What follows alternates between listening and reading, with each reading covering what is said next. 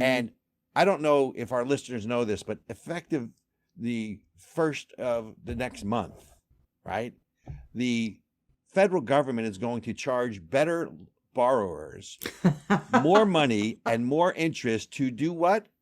Wait for it, subsidize people with worse credit and low income borrowers. Now, look, everyone should deserve a hand up, but basically, I mean, where's the outrage doesn't even begin to describe this to me, because, it's that old thing that I used to talk with my kids about, where they used to say, well, it's not fair, because I did all the, the work and so-and-so got the grade. It's like, well, wait a minute. And I used to say to one or two of my children, I don't want to name them, but used to basically say, so let me see if I got this right. So you did all the work, you get the better grade, and you feel bad for your friend, which is good. But if they didn't do the work, how about if you got an A, they got a C, why don't you guys both get a B?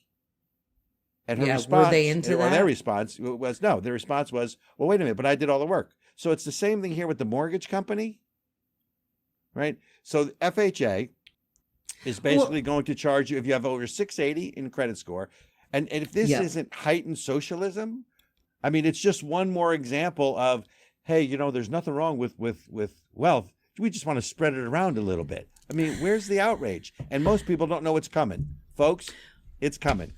Well, and this is the thing. It's $40 a month. Okay, so if you have a 680 credit score, which is not like the best credit score. 680, I think, is good credit, right? 630 is like fair or something like that. So we're talking about the average, we're literally talking about the average American is now going to be paying $40 extra per month to subsidize somebody with a lesser credit score than them.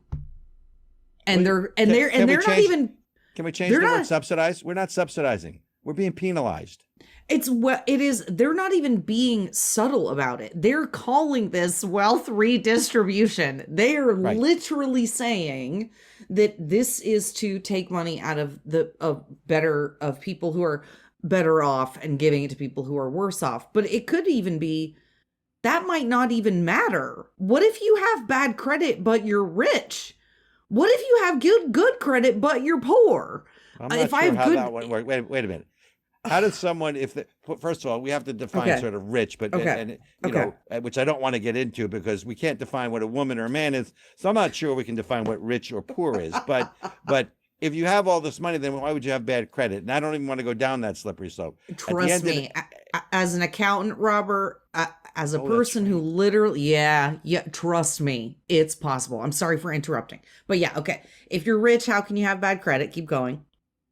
Well, it still comes down to the fact that, once again, because the new mantra for the federal government, certainly under the Biden administration, but you could argue it certainly goes back to Obama and before that, is the mantra is, we're going to take, this is like Robin Hood on steroids, except it's the government who's basically, because the adage is, you cannot give to someone the government what they haven't first taken from someone else. Right? I mean, it's a very simple equation here. And I mean, I've seen ass backwards before. I've never seen it like this, because, I mean, does no one remember the 2008 mortgage loan crisis at Fannie and Freddie? No. When Lehman Brothers went out of business, because what did they do? They had all these loans to low-income borrowers who couldn't pay it back. So we're trying it again. Yes, because everyone was born yesterday, including apparently the administration, even though they've been in office for 50 years. Robert, it's the same old trick. It's the same old dog and pony show. These people don't have new ideas. They are not creative. They don't create anything. They only take things. And that, I think, I want to reiterate something that you said that was so important, Robert. You can't give something to somebody that doesn't already exist, I think is how you said it. No, what I said is, the government can't give to someone something they haven't taken from someone else first. And they have no money. They don't earn anything. They don't create any. Okay, like people, like people, America. Okay. When you say, oh, the government's going to do it, the government does not create anything. They don't earn anything. They only take money out of your pocket to put in theirs. And then if they're feeling a little generous, they might dole a little bit out to the peasants. Okay. Yeah.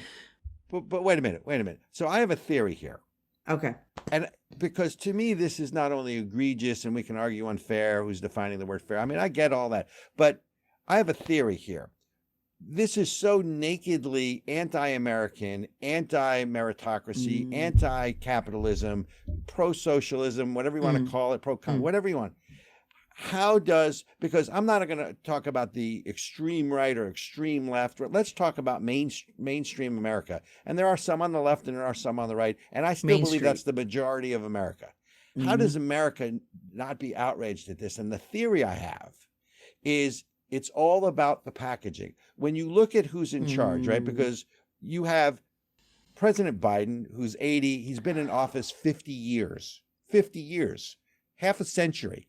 You have Nancy Pelosi, who is older than dirt and has probably been in office longer, Steny Hoyer, Chuck Schumer, Clyburn, all of these older politicians that give this veneer of, what would the word be, of reasonableness, all the while the agenda is being driven by Obama and his acolytes, right? Whether it's Susan Rice or whether it's, Hakeem Jeffries, the extreme AOC. So I'm still trying to figure out, America, where's the outrage? And the only answer I have is the packaging is this soft, older veneer of people who've been there so long that they're almost petrified.